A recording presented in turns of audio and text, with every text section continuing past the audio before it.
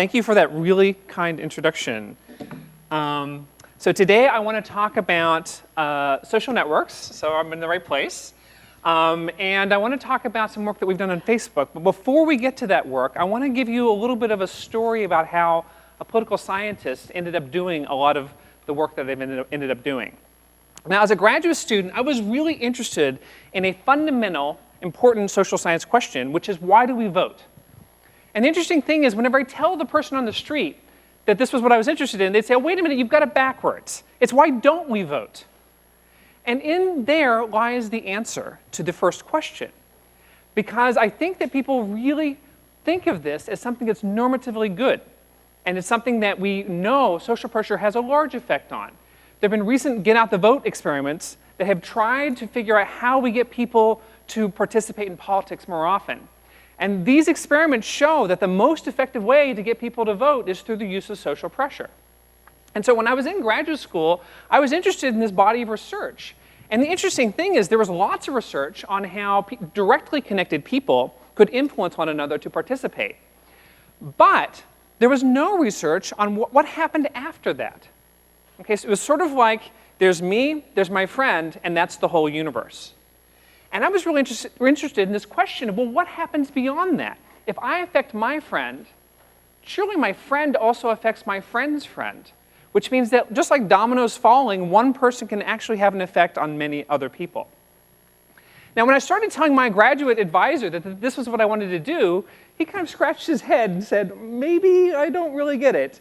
So he said, I think actually I've heard about this before, and he remembered that he had just been to a talk by Nicholas Christakis, who had just arrived at Harvard Medical School.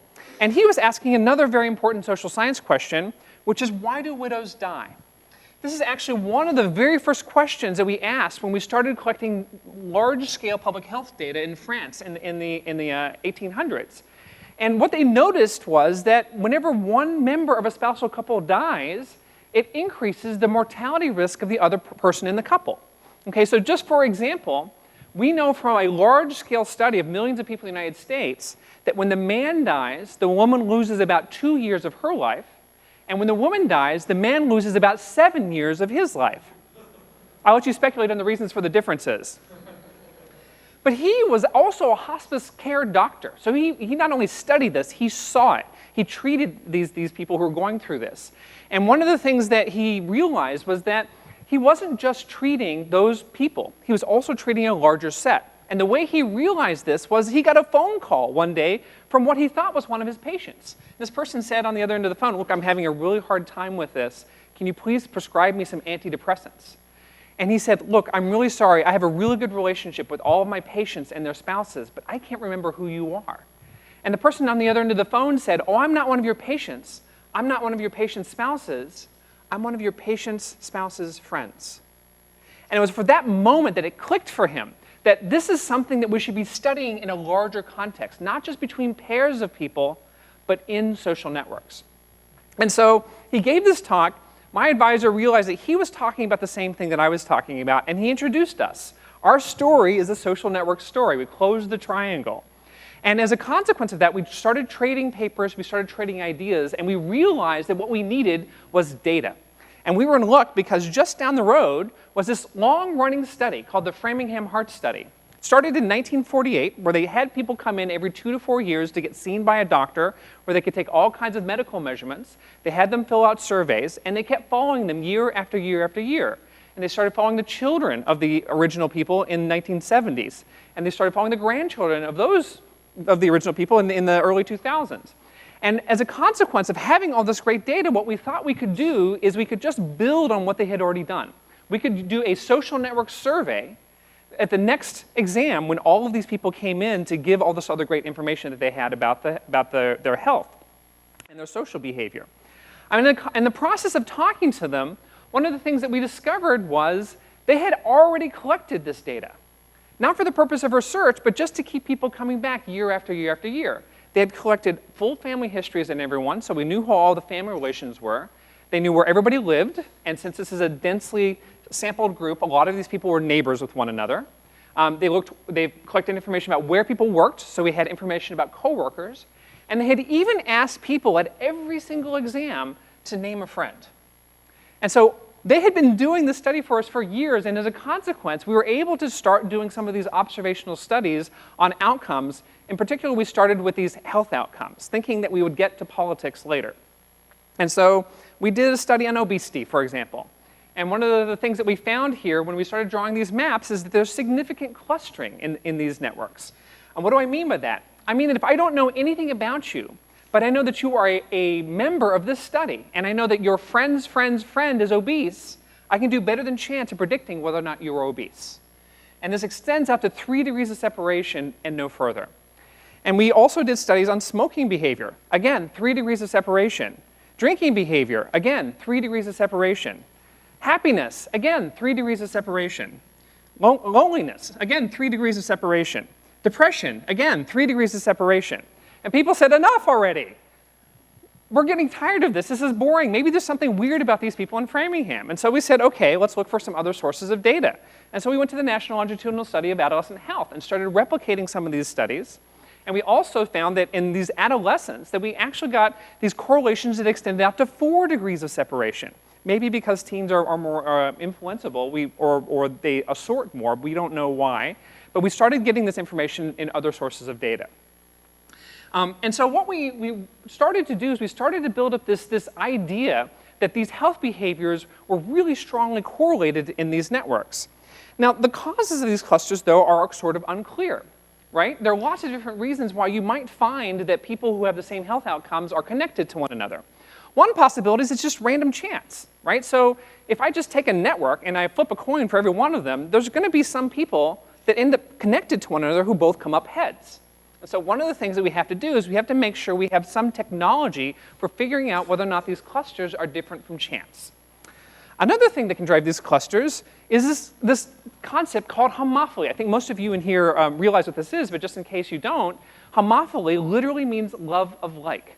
It's this idea that we tend to select other people who have similar characteristics in social networks. That bird didn't make the other bird look that way. That bird flew down to sit next to that bird because they're of a similar type. And you might find that this is true for all these health outcomes as well, that normal weight people tend to make friends with normal weight people, that non-depressed people tend to make friends with non-depressed people, and so on. And if that weren't difficult enough, that we have this problem to contend with, we also have the problem of contextual effects. Okay, so there's all kinds of things going on in the environment all the time.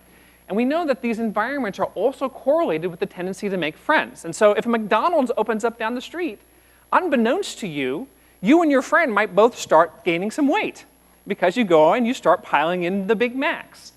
And you don't do this, you don't make friends with this person because they like Big Macs.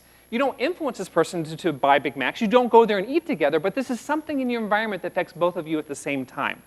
And so this is also a very difficult problem because what we really want to get at is we want to get at this. We want to get at this idea of influence, that one person's behavior, like dominoes, can affect the next person and the next person and the next person. So we tried to do this. We developed a statistical method where we thought that we were getting at least some ability to identify some of the influence that flows from one person to another in these observational studies. But it created a controversy. And so you have this really nice paper actually by Cosmas Shilizi and Andrew Thomas where they use these directed graphs but from Judy Pearl to show that these two principles, homophily and contagion, in these networks are actually generically confounded. And basically what they're able to prove is that you're not going to know how much bias there is in your estimate of influence from these statistical models. Okay, that's fine. This is an extension of a couple of things that we already knew. We already knew about the reflection problem from Charles Mansky for a very long time, right? And in specific regression context, it's actually impossible to determine how much influence and how much homophily there is in the model. But it's also really just a generalization of the omitted variable bias problem, right? So anytime we have any kind of observational study, if you leave a variable out that's affecting the independent variable and the dependent variable, then you're going to have a bias in your estimate. And so the real question here is not, is this something that is biased? The question is, how much is it biased? And so you saw some reactions to this initial work, these initial criticisms, like by Tyler Vanderweel, where what he does is a sensitivity analysis. He asks the question, how big does the bias have to be in order for the effect to go away? And they do this in health studies all the time. And for the obesity study in particular, for example, he found that you would need an unobserved variable to actually have an incidence that's 4 times higher than the affecting variable in this case. And just to give you an idea of what that means, we think that the relationship between lead paint and poor health outcomes is very well established, and that actually has a sensitivity that's lower than this. So the sensitivity there is that the emitted variables would have to contribute something that's 3 times as prevalent as the lead that's in the environment. And so this is one way of sort of trying to figure out, what is the range of confidence? What are the bounds in the confidence that we can have in these particular observational studies? They've also started to do specific tests of the method. And so we use a method for dealing with the correlated observations that's based on a general estimating equations approach. And this is a paper that looked to see how sensitive and also how specific this method is. And it shows that most of the time when there is an effect of the positive size, that the method is actually going to correctly recover it. But we can't be sure. And the reason why we can't be sure is because we don't know if we have left out a variable that's critical both to friendship formation and also to the outcome variable itself. So just for example, we have to stick in all the variables about all the McDonald's in the world into the obesity study, right? Because we know that that's probably going to have a small effect on these things. We're going to have to stick in all the gyms. We're going to stick in all of these things that produce indirect homophily before we can ever finally be certain that we've actually discovered this person-to-person-to-person effect. So how do we get around this? Well, we can use experiments. One of the nice things about experiments is we have control over this problem of omitted variables, because through randomization, we can be sure that it's not a consequence of one of these other factors. Now, I want to tell you about a couple of experiments that we've done, and I'll get to the Facebook experiment in just a minute. Before I do that, I want to illustrate the power of experiments. So this is a meta-analysis of studies of parachutes and whether or not they prevent injury and death. It's a meta-analysis of all the randomized controlled trials where we've actually put subjects in a plane and randomly assigned them to either be pushed out with a parachute or pushed out without a parachute. Okay, so guess how many studies like this have actually been done? 0, right? We wouldn't actually do this. But this is an article that was published in the British Medical Journal. It's a meta-analysis of these studies. And the whole point of this is they're talking about evidence-based medicine. And there's some things we get from observational studies that we shouldn't ignore just because we have this other technique. And their argument was that the most radical proponents of evidence-based medicine who don't believe anything that doesn't come from a randomized controlled trial, they should be the first ones to volunteer for the double-blind study. Do we have any volunteers? Okay, so the point of this is not that experiments are bad, it's that they aren't the only tool, right? We cannot ignore the world. It's important for us to use the observational data in conjunction with experiments, but on this important point of understanding the extent to which one person influences another, I think we are now going to see some opportunities for us to be able to measure this in context where we don't have to worry about these other compounding factors if we do these experiments. And so just for example, Nicholas and I, we reanalyzed some data from a paper that was published in Nature by Fair and Gachter. And in this paper, what they did is they had people play a public goods game across several rounds. And every time they played a public goods game, in the next round, they assigned them to a new group to play with. And so it was like a big Sudoku. They had 24 people come in.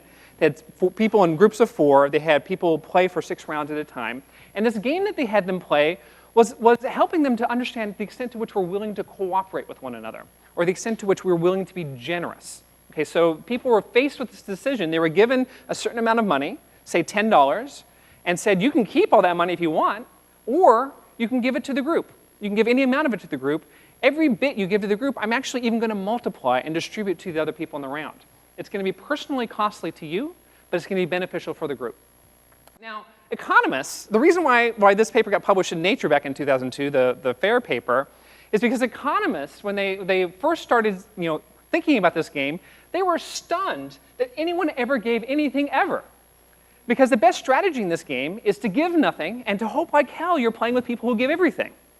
Right? So that's the way you maximize your income. And if everybody realizes this, then nobody should ever give anything. This is the collective action dilemma.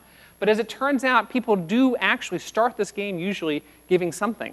And you see behavior decline in some settings. In other settings, you see cooperation actually increase. And this is what they were studying. They were studying the effect of punishment. Well, what we realized is this setup that they had created in order to keep people from playing with the same person over and over again and therefore prevent reciprocity from driving the fact that you get more cooperation in these games, they had actually created a network. And so if I'm playing with someone in this round and I see what they did, and then I go play with new people, what happens to them is going to be a consequence of what the person in the last round did to me. And in fact, conveniently, the way they had set it up, every two-path in the network was unique. No two-path was repeated. So we would get clean identification of not only the friend effect, how much you're affected by seeing other people do something, but also the friend-to-friend effect, right? So you're going to see how much A was affected by F. Whenever E plays with F in the first round, A plays with E in the next round, how much does E then change his behavior in the following round when he plays this game again? And so through this analysis, we were able to show, once again, that you have a 3 degrees of influence rule. That if I give an extra $1 at the first round of this game, then the people I play with are going to give an extra 20 cents in the next round they play. The people that play with them are going to give an extra 8 cents in the next round. And the people that play with them are going to give an extra 5 cents in the next round. And in fact, if you add up all of those effects of all the people in the network giving more because of that one act of generosity, every dollar gets tripled. In other words, the network acts like a matching grant. And this is what we really want to study. We want to study the extent to which you can multiply the effects of a single positive action. That's one of the really fundamental questions. In fact, Science just published a paper yesterday by Simon Narong and colleagues really looking at this question of how do we figure out who are the people that we should be targeting in order to get the biggest bang for our buck in these networks. So after this study, we started thinking a little bit more about, well, how can we utilize all this great new information that we have online? Okay, so it's actually really hard to collect social network data, right? You have to, in the old days, what we would do is we would just have to ask you, name your friends. You would say, who do you discuss important matters with? Who do you spend your free time with? And it would take a really long time to collect this data and to match the names of those people to other people in the study, and you would have lots of problems developing this data. But all this data lives online now. So how can we take advantage of this data? Well, one of the things that you have to realize is that this data online is actually very different from the real world data. So just for example, here's a map of 105 students in a dorm in an unnamed Northeastern university. And this is all their friendships. We went in and we asked them, so who are your friends? And this looks like networks I'm sure that you've seen over and over again the last couple of days. It's sparse, right? And if you layer the Facebook relationships on top of it, it looks like this. It's a big plate of spaghetti. Okay, so today, the average person on Facebook has 150 friends. Okay, and this is much different from these real-world connections. Whenever we did a study with Gallup, where we asked people to name their close friends in the nationwide study, people named between 0 and 8. They didn't go beyond 8. And so the question is, how do you find these real-world friendships? And the reason why we asked this question is because when we started doing analysis on this Facebook data, one of the things that we discovered is that you don't get these correlations in behavior. So you and your 150th friend, you don't do the same thing, right? It's only these close relationships where we seem to find these correlations in behavior. So how do you find the real friends on Facebook? Well, in the early days, we had information about photo tagging. Okay, so this is a behavior that you don't do with all 150 of your friends. In fact, the chances are pretty good that you do this behavior with people that you already know in real life, that you're at the same event with, that you care about. Okay, so just for example, this is a bunch of my collaborators. We went to see The Social Network. It's very meta.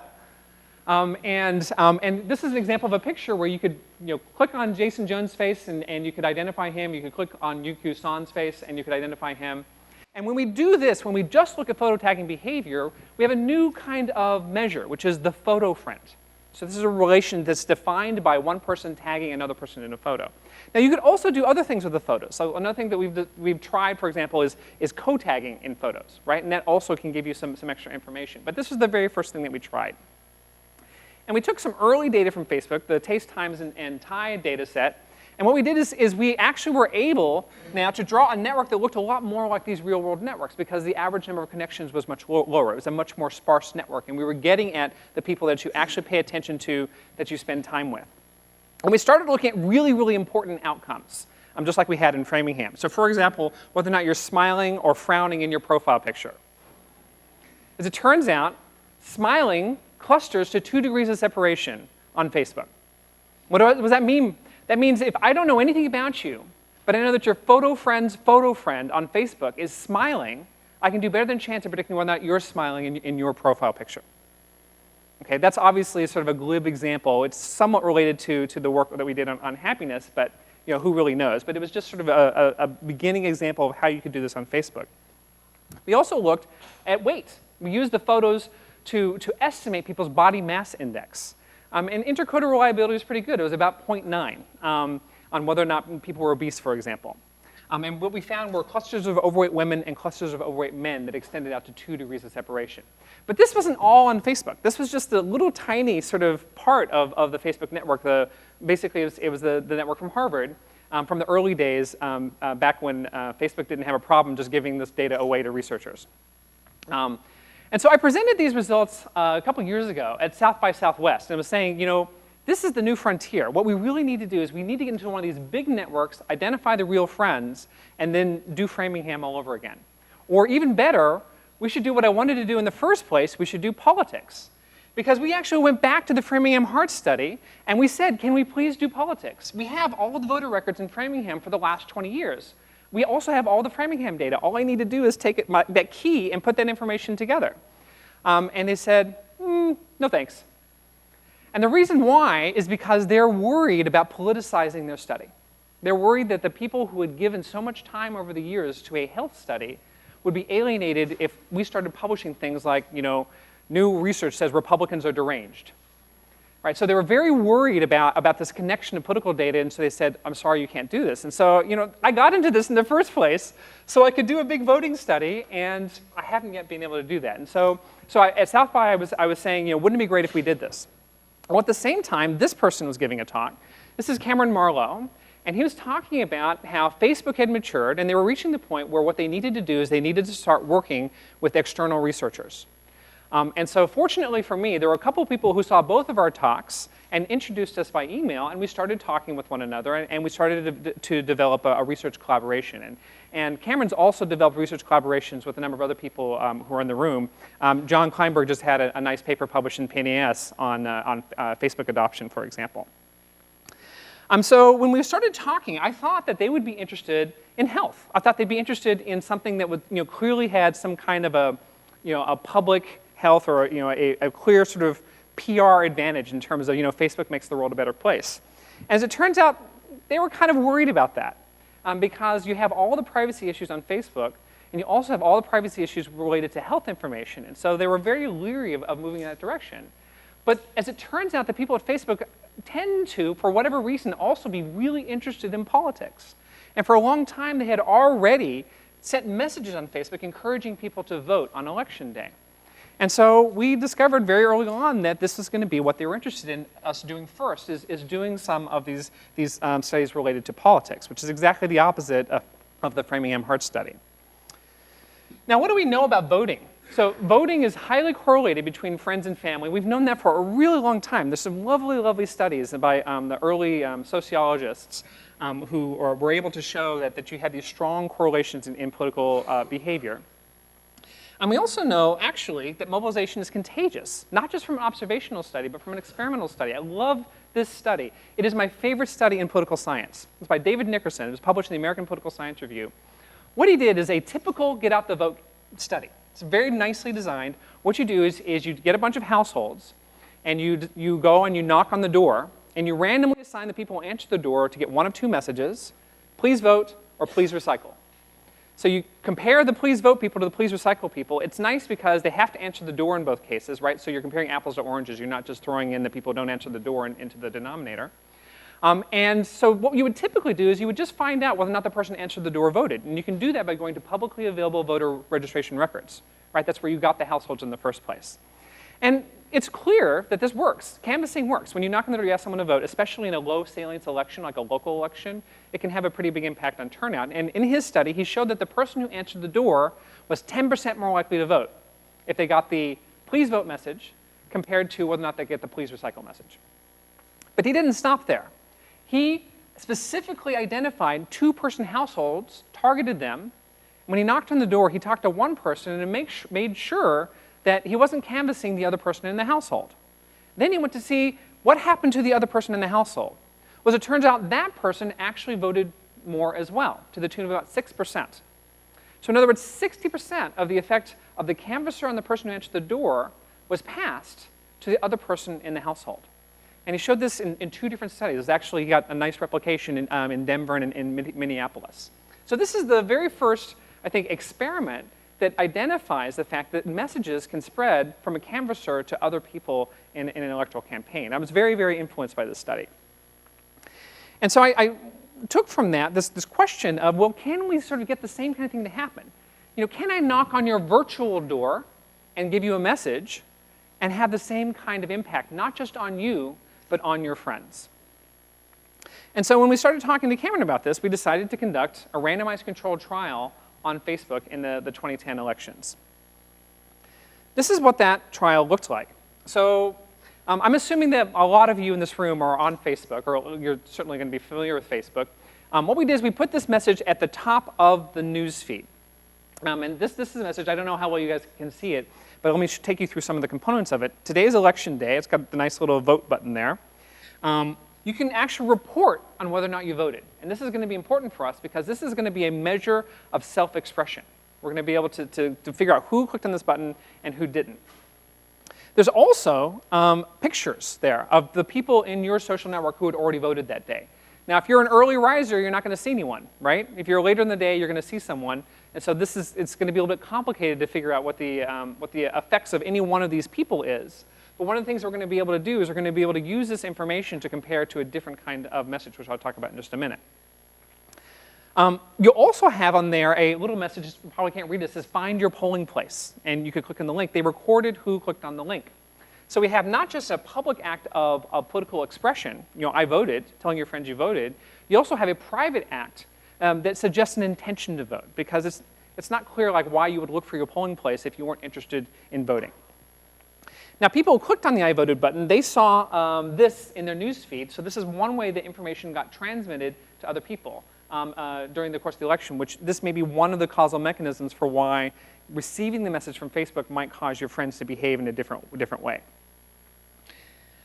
Now, that was given to 61 million people. To 611,000 people, this is 1% of the sample, they saw exactly the same thing, but they didn't see the faces of their friends. Okay, so in one case we have this treatment, which is going to vary across people. But the difference is in that treatment you are seeing up to 6 friends. In this treatment you're not seeing any friends. There's no social information. And so we call the first one the social treatment, and this one the informational treatment, which is just a little bit confusing, because in both cases you have the counter in the upper right-hand corner that tells you how many people on Facebook that day had voted. But these are just strangers. That's the total number of people in the whole network. It's not your specific friends. So we think of this as the informational message only. And then 1% got nothing. They just had a news feed like everybody else. They didn't have any message at the top of their particular news feed. So I know that if some of you are social scientists in the room, you're going to be thinking to yourself, okay, well, you've got a measure that says you click and I voted. Well, we know that some people actually lie about voting. In fact, you can compare self-reported voting to actual voter records. And when we do this, we've done this several times now, about 10 to 20% of the people who say they voted to the survey researcher actually didn't vote. And so the worry is that we're going to be measuring something that's relevant to the online world, but not relevant to real-world behavior. And so what do? Well, what you can do is you can actually try and go and see whether or not people voted in real life by doing matching. You can match to these publicly available voter records. And so I said, Cameron, let's go do some matching. And he said, that's a great idea. And he floated the idea inside Facebook, and Facebook said, nope, sorry.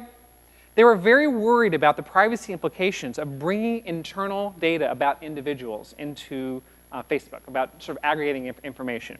And so they said, I'm sorry, you can't do that. And we said, well, okay, what can we do then to get some kind of measure of this real-world behavior? And so, of course, we played a game of Yahtzee. What we did is we developed this procedure for doing group-to-group matching that we can repeat over and over and over again, where what we are able to do is we're able to get up to a certain amount of accuracy with each individual's behavior for the purpose of doing the statistics. Now, I'm sure it's not bulletproof, or we've got this posted in the archive. I'm sure someone can sort of point out some way that you get information leakage. But it was good enough that I think it sort of met the requirement of making people feel a little bit safer about the fact that Facebook wasn't going to know who voted and who didn't, and Facebook also wasn't going to know who was on the registration rolls and who wasn't. And so we used this actually to bring in this third measure that we're going to look to see whether or not the experiment affected. Now, vote validation, we weren't able to do it everywhere because we've tried to get funding for working with Facebook, and as it turns out, people at the National Science Foundation think that Facebook has plenty of money, and so they're not very willing to share. And so we sort of dug out of our own pockets and came up with money for about 13 states' voter registration records, because in some states, it's ridiculously expensive. It's like $5,000 per voter registration roll in some states. So we got the 1/3 of the population that was the cheapest. I don't know if that induces any bias in our procedure, but it includes states like California and New York and Texas, and so we're hoping that that's a nice sort of distribution of, say, the ideologies and things like that. And in these 13 states, we were able to match about 6 million users. The match rate was about 33%. That tends to be a little bit low. So in other studies, Get Out the Vote studies, it's usually about 50%.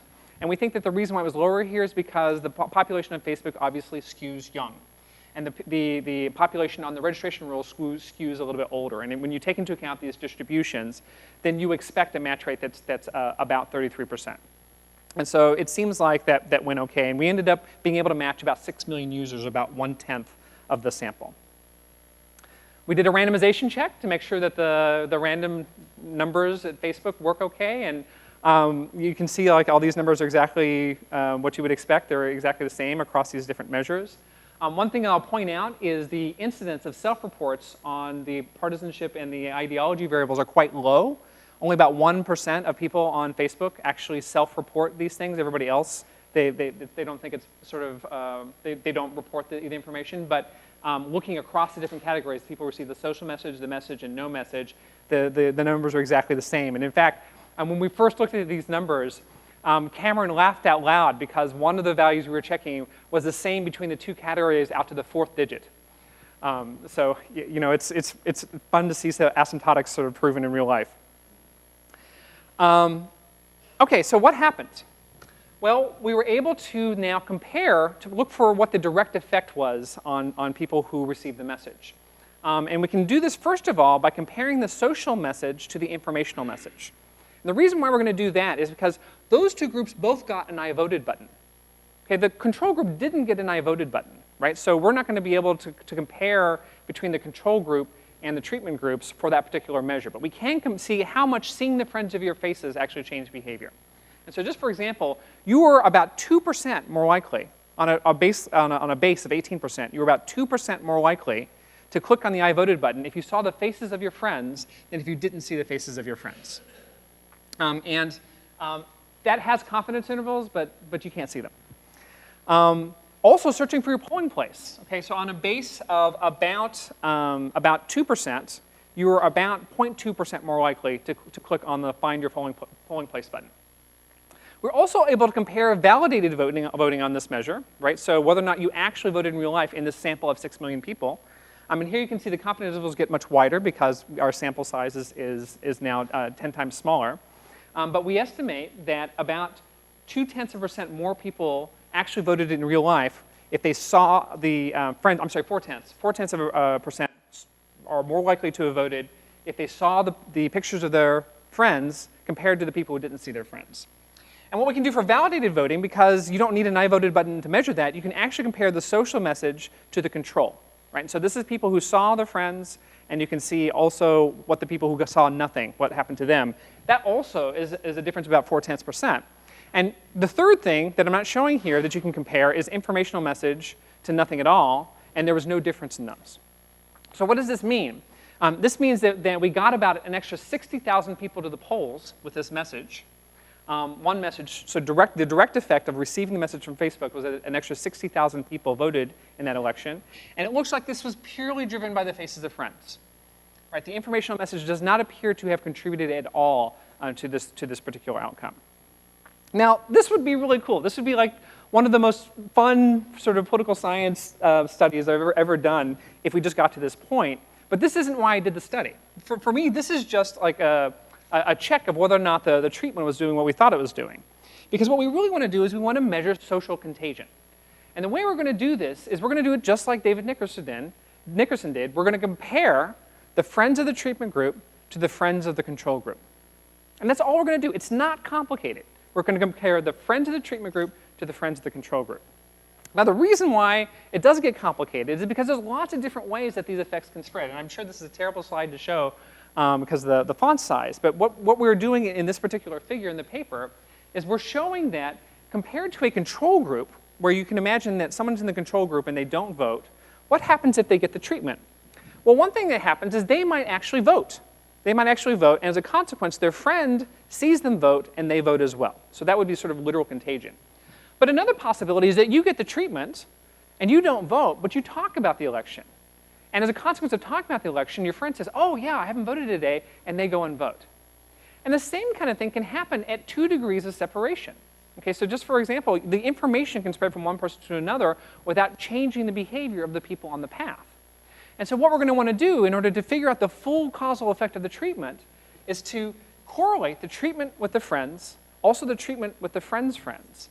And our past work, I also would have liked to do the friends, but that turns out to be very expensive on Facebook to get all those connections. So we stopped out at 2 degrees of separation. We also, in this study, we want to get back to this idea that we talked about in the early Facebook studies, which is trying to think about the real friends on Facebook. Are they more influential in this particular case?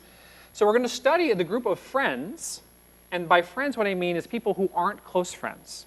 We're also going to study a set of close friends that I'll define in just a moment, and we're also going to study a set of close friends of close friends. Those 3 groups are mutually exclusive. Okay, so we're going to treat those as three separate groups whenever we're looking at these relationships. Now, how do we do this? Well, we actually have this project we call the Find a Friend project. We're getting ready to write it up, and other people have actually already done this. But we did this in the context of Facebook and in our ecology that we're studying, where we had about 2,000 people fill out a survey where they gave us their closest friends in real life. So who do you spend your free time with? Was the question that we asked people to name in real life on Facebook.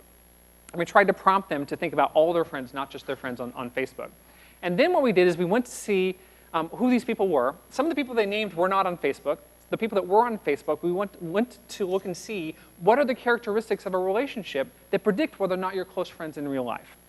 And we looked at everything. We looked at likes, at photo tagging, we looked at co-tagging, we looked at comments, at poking, direct messages, we looked at homophily parameters. So it turns out the thing that works best in this method of detecting real-world friendships is just counting up the number of contacts.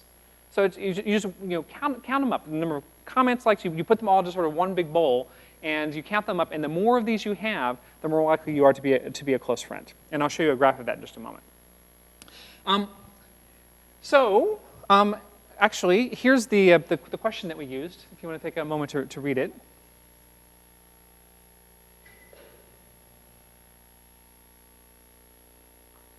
And then these are the results. And so what we did is we put people into 10 deciles, just to make this easier to think about.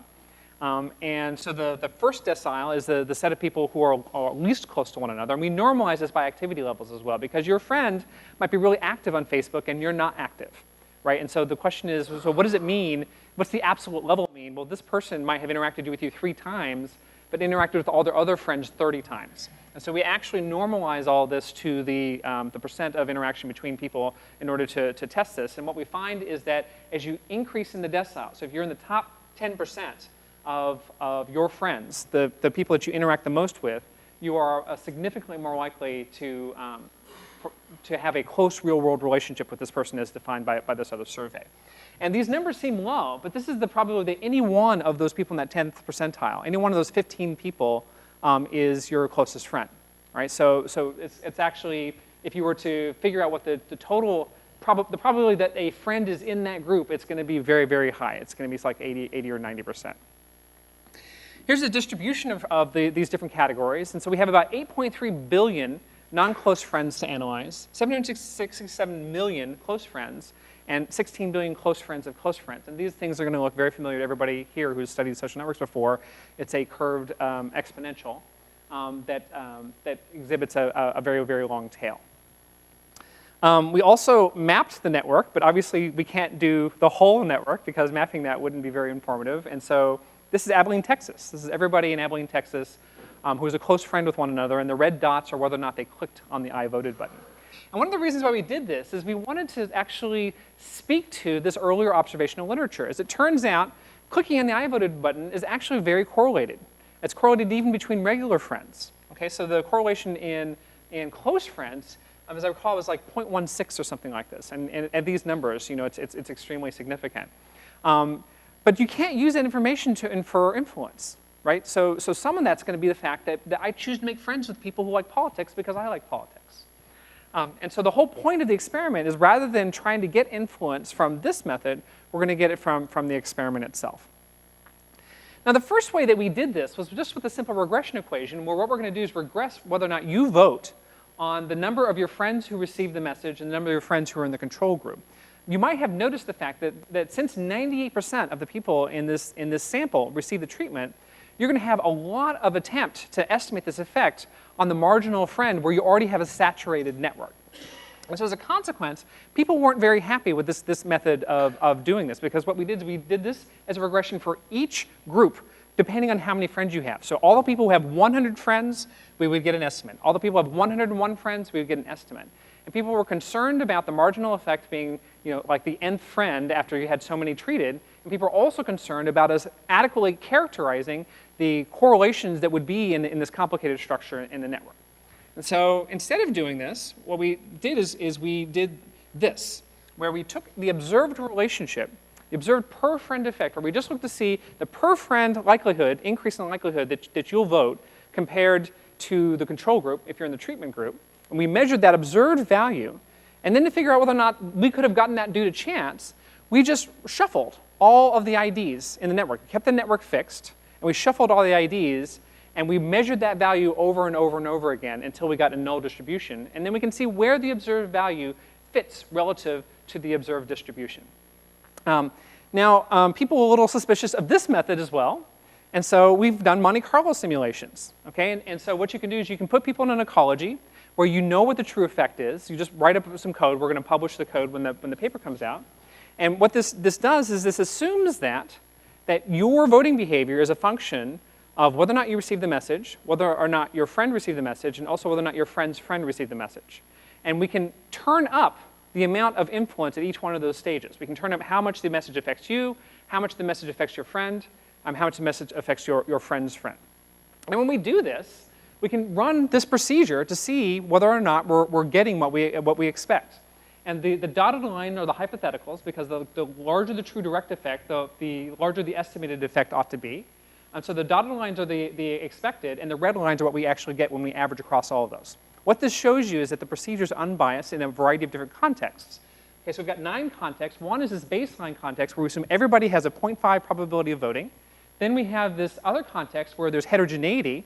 We assume that people have a uniform and randomly distributed probability of voting. So some people are almost 100% likely, some people are almost 0% likely, and there's everything in between. And we also have a homophily parameter where we assume that people who vote a lot are connected to other people who vote a lot. People who don't vote a lot are connected to other people who don't vote a lot. And you can see in all 3 of these contexts, also with different ways of generating these networks, whether it's Watts-Sturgatz, Roche-Chagny, or Barros-Albert, it all comes up showing that we're getting the right estimates to come out of this procedure.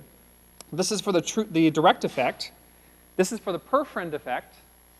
And you'll notice here that in one case we get a little bit of a deviation, but it's conservative. So the effect that we're estimating is actually we're underestimating the true friend effect.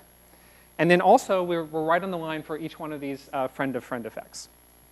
Okay, so hopefully people will start to calm down a little bit about this procedure. It's very complicated, but you know, we published the code, and you know, just like with the observational studies when we published the code, people started altering the code to see to what extent the results are sensitive to the different assumptions of the model. So what do we find? Well, this is what we found. On the x-axis, we have tie strength. This is those deciles of friendship interaction. So this is going to be the people you interact with least on Facebook. And 10 is going to be the people you interact with most on Facebook. It's going to be like the top 10% of your friends by just the sheer number of times you have some kind of interaction with them. You comment on something they've done, you like something they've done, they comment on you, they like something that you've done. Okay, that's the x-axis. The y-axis is going to be the per person effect. And this is going to be the increased probability of express vote. This is the probability that you click on the I voted button. So these values are very, very small. But you can see that the blue values, the observed values, they run outside of these null distributions, which means it's very unlikely that they result from chance. And in fact, the other thing that you'll see is that they go up as you increase tie strength, which suggests that as you become more and more likely to have a real-world relationship with somebody, you're also more and more likely to be influenced to click on the I voted button if your friend got the treatment. And this 0 category, this plus 0.011, that's a measure for people who don't interact with each other at all. Okay, and so that's also significant, but it's also significantly lower than this first decile of interaction where you have at least some interaction with one of your friends. So that's for the I voted button. This is for real life voting. This is for those 6 million people that we actually went to see what they actually did. Again, you see this increase, although the increase is non-monotonic. It looks like it's only the top 10 or 20% of your friends that you pay attention to. And those are both significant to the tune of about 0.01 because there's 1,000 draws for these confidence intervals. And to give you an idea, what this tells you is that every friend that you have who receives the treatment increases the likelihood that you actually vote in real life by about 0.2%. And obviously that's a small amount, but you have a lot of these friends. You tend to have about 10 to 15 friends in this particular category. And so that the total effect is actually going to add up. We also found an effect for searching for your polling place, although these effects are really, really small, and they're only significant some of the time. There's a little bit of an increase, but I wouldn't sort of go to the bank on that because this is a private behavior. There's not a lot of reason why your private sort of poll searching behavior would cause somebody else to search for the polls unless you had a conversation in real life about it. So there's fewer causal mechanisms for the spread compared to the one where you see a picture of your friend who voted in your news feed if they clicked on the I voted button. But it is significant in a couple of these areas, which suggests that the message also got a few people extra out to the polls. Now we get a hard time about the size of these effects. But it's important to remember it's 61 million people, right? So let's think about what was the total effect? What claims can we make about how many people's behavior was changed on election day?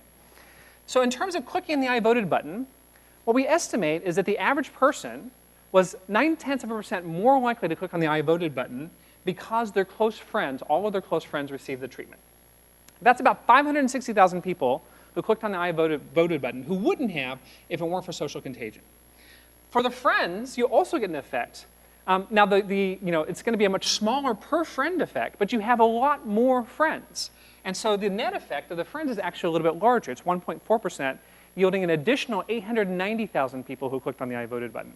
And then finally, friends of friends. These are the close friends of close friends, actually. You have a lot of those. There's billions of those that we studied, and that yielded an extra 1 million people, or 1.7%, who actually clicked on the I voted button. Now, if you're like our reviewer at Science, you don't care about any of that. Our reviewer at Science said, I don't really care about Farmville. So reject. So this is one of the things that we've been trying to do is we've been trying to frame this, this is a political expression, but we've been trying to frame this in terms of the fact that it's not just online behavior that's being affected, it's also real world behavior, and that's why we went to these other measures. And as it turns out, with validated vote, if you measure up the effect of these close friends who received the treatment, what impact that had on your real world voting behavior, it increased your likelihood to vote by about 1.8%. And that's actually consistent with some other Get Out the Vote campaigns. The David Nickerson campaign, I'm actually knocking on your door, I'm in your face. It's going to be really strong there, but we've done studies of calling people on the phone or sending them postcards, and those effects are more in this kind of ballpark. Also, searching for your polling place. That also increases by about 0.1%. But you have about 280,000 people here who are voting in real life, not because they received the message from Facebook, but because their friend received the message from Facebook. And in fact, one of the key takeaways here is that when you compare the direct effect of the message on the people who received it to the indirect effect on the friends of the people who received it, what you get is about 60,000 people who change their behavior directly, but 280,000 people who change their behavior because their friends saw the message.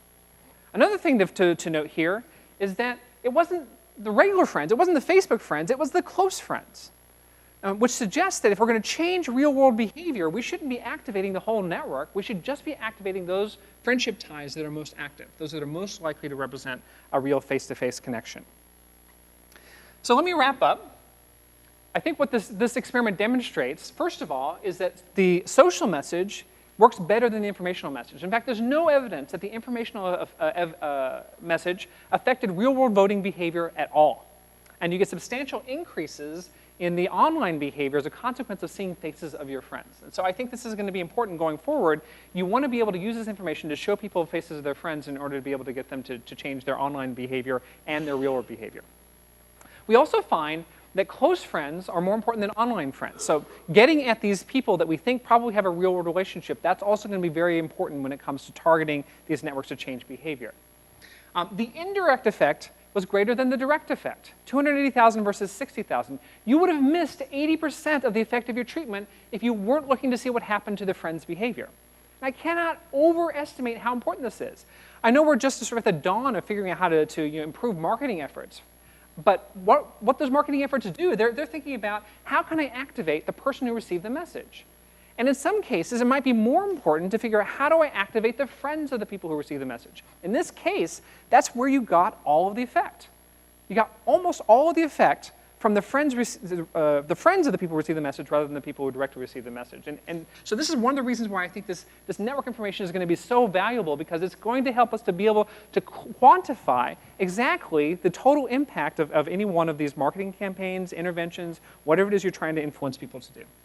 And in our case, one of the things we're starting to do is we're starting to think about, well, how can we use this not just for political behavior, but also for health behavior? Because the importance of this study is that we figure out ways, for example, to fight the obesity epidemic, to get people vaccinated, to get them to donate organs. These are all things that are going to improve public health and have a positive impact on the world.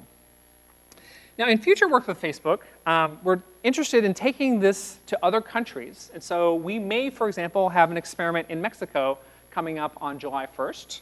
The reason why I say may is because we're having engineering difficulties. So we'll see whether or not it gets done in time. But we're also planning on running another experiment in 2012 in the United States. And we've talked about some other countries potentially doing work there as well, a similar kind of get out the vote experiment. We also want to look at interactions. I think one of the things that we can do with this data, just like Simon did in his paper that was published in Science yesterday, is we can start to think about who's more influential and who's more influenceable by looking at the characteristics of the people who received the treatment and the characteristics of the people who changed their behavior. And so we're working on that as well for this particular outcome. And one of the interesting things that we find there is it's exactly the opposite of what Simon finds in his paper. In his paper, what he found is that adoption of their app, younger people were more influential. For voting behavior, we find that older people are more influential. And so you're going to get, I think, these sort of context-specific findings. You're not going to be able to say, this is the guy that's going to be influential all the time for all things. I think you're going to have to think about a certain behavior that you're trying to spread and take as a case-by-case basis the kind of person that's going to be most affected by the message and most willing to pass it on. We're also going to be looking at status messages. What impact did the experiment have on how people communicated? One interesting thing that we find is that people in the control group are more likely to use the word vote in their status messages the next day. And we haven't looked into it deeply yet, but we speculate that this is the reason for this is that they discovered that their friends all had I voted buttons, and they didn't have one. And so they were either expressing frustration with not having one, or they were saying, look, I voted. This is the way I'm going to express it online. And we're interested to see to what extent the treatment actually prompted political discussion. We've developed, for example, a method of identifying which statuses are political and which statuses aren't political. That's about 90% accurate compared to what coders would rate the messages to be. We're also looking at happiness. We're looking at the spread of happiness, sort of building on Michael Macy's tremendous work with Twitter. We're interested to know whether or not there's social contagion online. And because of the difficulty of all the things I was talking about with observational studies before, we're going to be using as an instrument the weather. And so the question is, if it rains on your friend, does it make you less happy? And we're going to be doing this in a variety of cities throughout the United States. And the early early results suggest that the answer to that is yes. We're also looking at employment. Okay, so whether or not you got a job from a friend, defined as whether or not you started working at the friend's place after you'd already been friend for a year. This is going to be like Granovetter 2, testing the strength of weak ties argument to see whether or not friendship overlap is a good index for predicting a reduction in the amount of information you have about new jobs. And then finally, ideology. This is something that's really important to political scientists. I think Lada might talk about this in her talk. If not, she's doing work on this as well. But the idea is that what you want to do is you want to expand beyond that 1% of people who self-report their ideology online, and you want to figure out ways to classify them. We've already done this for the United States with likes, with the like matrix, and we get a measure that looks very much like the measure that you get whenever you analyze roll call voting in the US House and Senate, for example. And we want to take this all around the world and think about to what extent is there a fundamental universal ideology? To what extent does the left-right spectrum travel from country to country to country?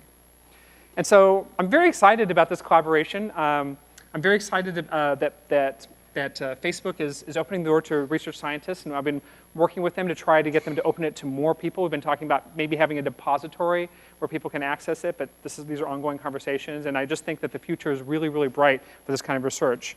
And with that, I'd like to thank my network and thank all these people for helping me do this research. And thank you guys.